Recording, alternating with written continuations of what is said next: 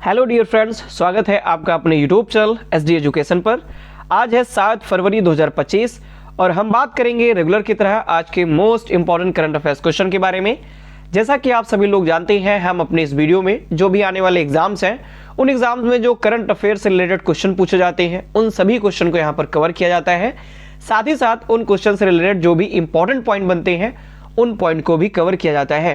तो अगर आप वीडियो पर पहली बार आए हैं तो वीडियो को शुरू से लेकर लास्ट तक पूरी देखिए और वीडियो अगर पसंद आती है तो वीडियो को लाइक कीजिए, अपने दोस्तों के साथ भी इसको अधिक से अधिक शेयर कीजिए और चैनल को सब्सक्राइब कीजिए। बढ़ेंगे वीडियो में आगे की तरफ, बात करेंगे आज के हम पहले प्रश्न की। आज का पहला प्रश्न है,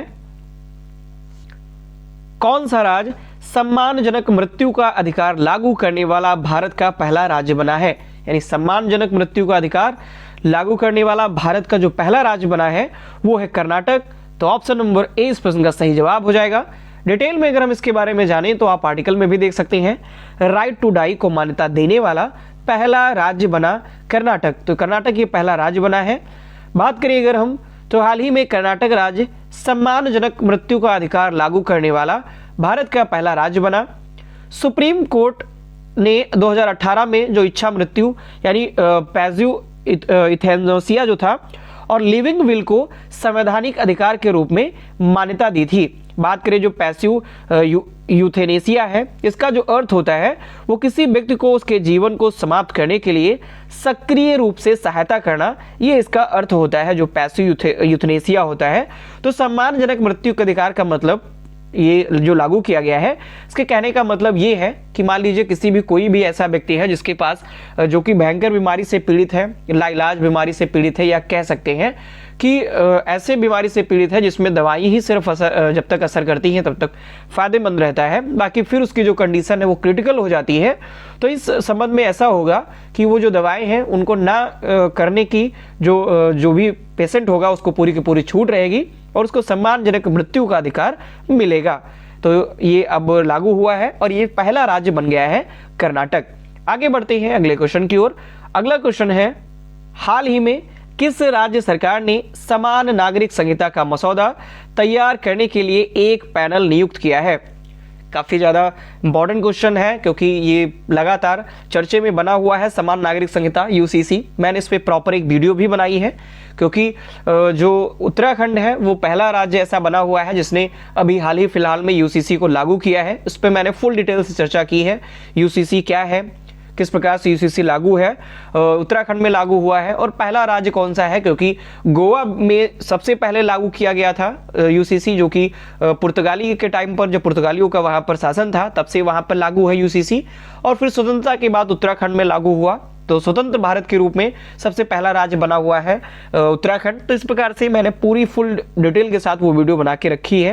यूट्यूब पे आप चैनल पे जाएंगे, आपको वहाँ पर वो वीडियो मिल जाएगी। काफ़ी सरलता के साथ में आपको समझ में आएगा कि UCC होता क्या है, किस प्रकार से UCC जहाँ पर लागू होती है वहाँ पर क्या कुछ नियम बनते हैं, इन सभी के बारे में उस वीडियो में बताया गया है। फिलहाल लौटते हैं अपने प्रश्न पर। तो ये प्रश्न है कि किस राज्य सरकार ने समान नागरिक संहिता का जो मसौदा है उसको तैयार करने के लिए एक पैनल नियुक्त किया है? तो ऑप्शन नंबर बी प्रश्न का सही जवाब है, यानी कि उत्तराखंड के बाद गुजरात ने एक मसौदा तैयार की है, एक पैनल नियुक्त किया है ताकि समान नागरिक संहिता के बारे में उसको लागू कैसे किया जाए इसके बारे में कुछ बातें हो सके। बढ़ते हैं डिटेल में आगे की तरफ। बात करें अगर तो हाल ही में गुजरात ने समान नागरिक संहिता और मसौदा जो विधेयक है इसकी आवश्यकता का आकलन करने के लिए एक समिति को गठित किया है। बात करें जो न्यायमूर्ति हैं, जो कि रिटायर्ड न्यायमूर्ति रंजना देसाई हैं, उनको इस समिति का अध्यक्ष नियुक्त किया गया। मोस्ट इंपॉर्टेंट है, ये पूछा जा सकता है, अध्यक्ष जरूर पूछे जाएंगे। तो जो अध्यक्ष किसको नियुक्त किया गया है, तो न्यायमूर्ति रंजना देसाई हैं, इनको अध्यक्ष नियुक्त किया गया।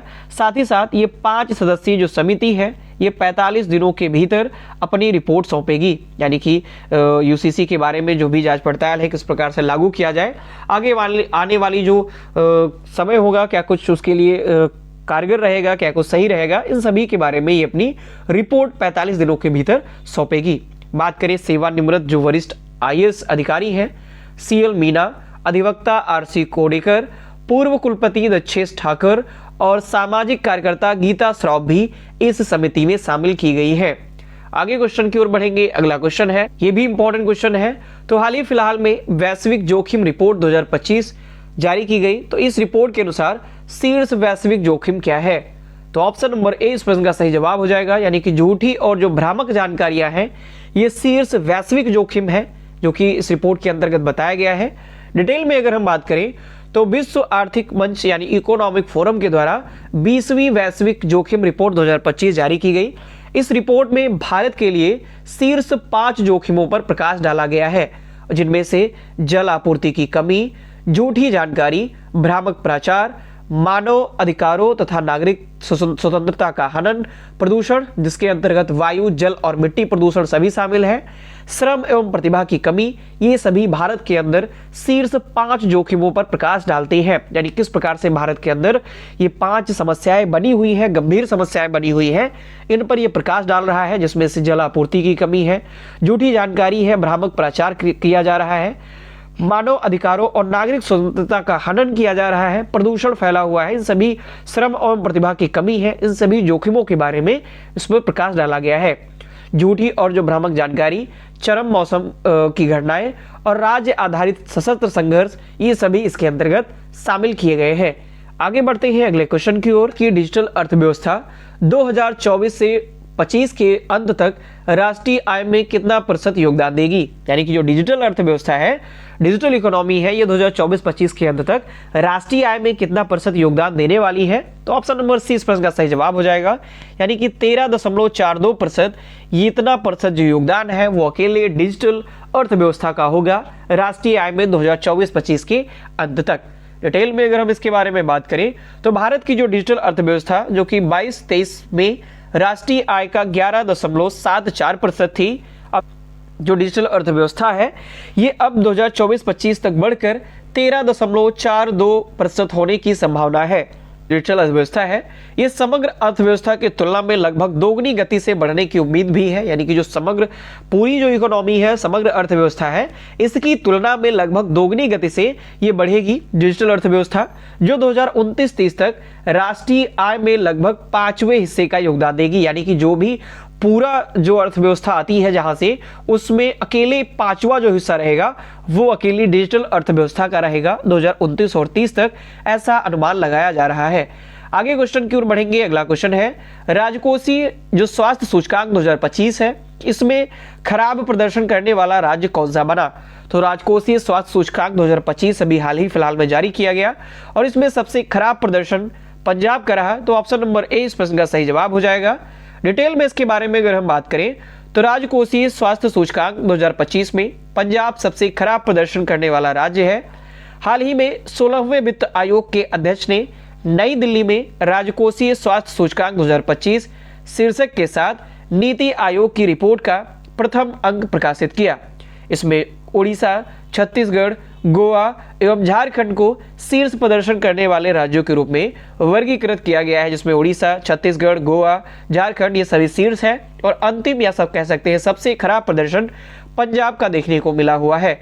आगे बढ़ते हैं अगले क्वेश्चन की ओर। अगला क्वेश्चन है, हाल ही में श्रीलंका का कौन सा राष्ट्रीय दिवस मनाया गया? यानी कह सकते हैं श्रीलंका का कौन सा राष्ट्रीय दिवस मनाया गया, या किस दिन श्रीलंका का राष्ट्रीय दिवस या स्वतंत्रता दिवस मनाया जाता है? तो ऑप्शन नंबर सी इस प्रश्न का सही जवाब हो जाएगा, यानी कि इस बार श्रीलंका का 77वां राष्ट्रीय दिवस मनाया गया।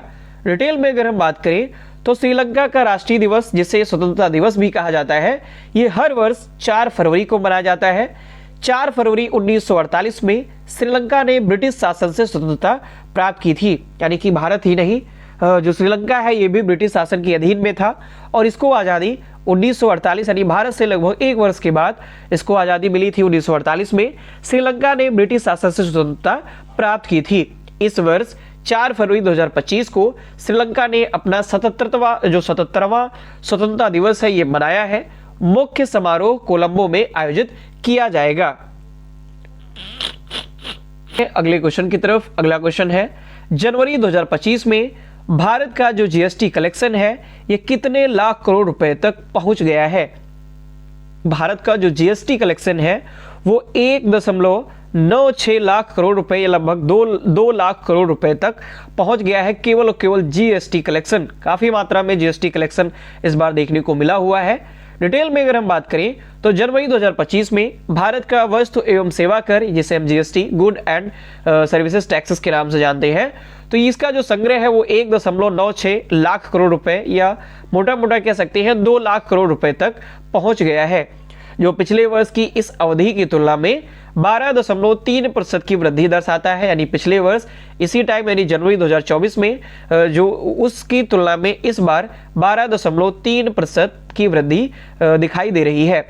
इस संग्रह में यानी कि जो टोटल कलेक्शन है इसमें इस जीएसटी में इसमें केंद्रीय जीएसटी यानी सेंट्रल जीएसटी 36,100 करोड़ रुपए, राज्य जीएसटी जिसे हम एसजीएसटी या स्टेट जीएसटी बोलते हैं ये 44,900 करोड़ रुपए, और एकीकृत जीएसटी यानी इंटीग्रेटेड जीएसटी आईजीएसटी ये 1.01 लाख करोड़ रुपए शामिल है। आगे क्वेश्चन की ओर बढ़ेंगे। अगला क्वेश्चन है, हाल ही में भारत का सबसे बड़ा थिएटर फेस्टिवल भारत रंग महोत्सव कहां शुरू हुआ? तो इस प्रश्न का सही जवाब हो जाएगा दिल्ली। ऑप्शन थोड़ा मिस्टेक है, इसको सही कर लीजिए। इस प्रश्न का सही जवाब हो जाएगा दिल्ली, यानी दिल्ली में भारत का सबसे बड़ा थिएटर फेस्टिवल भारत रंग महोत्सव शुरू किया गया है। डिटेल में इसके बारे में बात करें अगर हम, तो हाल ही में भारत का सबसे बड़ा थिएटर फेस्टिवल भारत रंग महोत्सव दिल्ली में शुरू हुआ।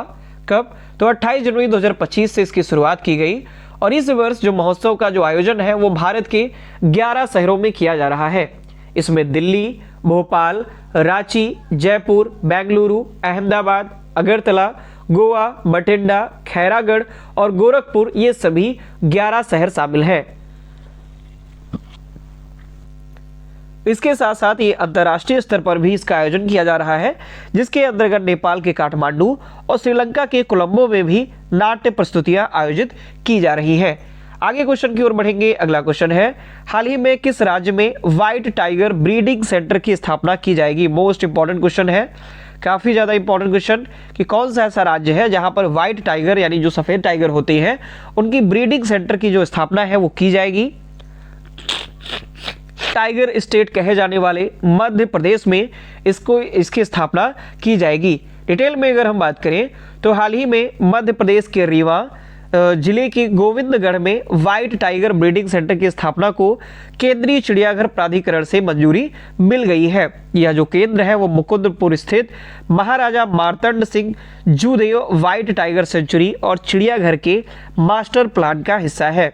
इस पहल का जो उद्देश्य है वो सफेद बाघों की संख्या में वृद्धि करना और क्षेत्र में वन्य जीव पर्यटन को भी बढ़ावा देना इसका प्रमुख उद्देश्य है। बात करें जो मध्य प्रदेश का रीवा क्षेत्र है, इसको व्हाइट टाइगर की भूमि के रूप में भी जाना जाता है। बढ़ते हैं नेक्स्ट और लास्ट क्वेश्चन की तरफ। तो आज का हमारा लास्ट प्रश्न है, हाल ही में असम राज्य ने भूमि अधिकार के लिए कितने आरक्षित वनों को गैर अधिसूचित किया है? तो असम राज्य ने 3 ऐसे भूमि अधिकार के लिए 3 आरक्षित वनों को गैर अधिसूचित किया। तो ऑप्शन नंबर 20 प्रश्न का सही जवाब हो जाएगा।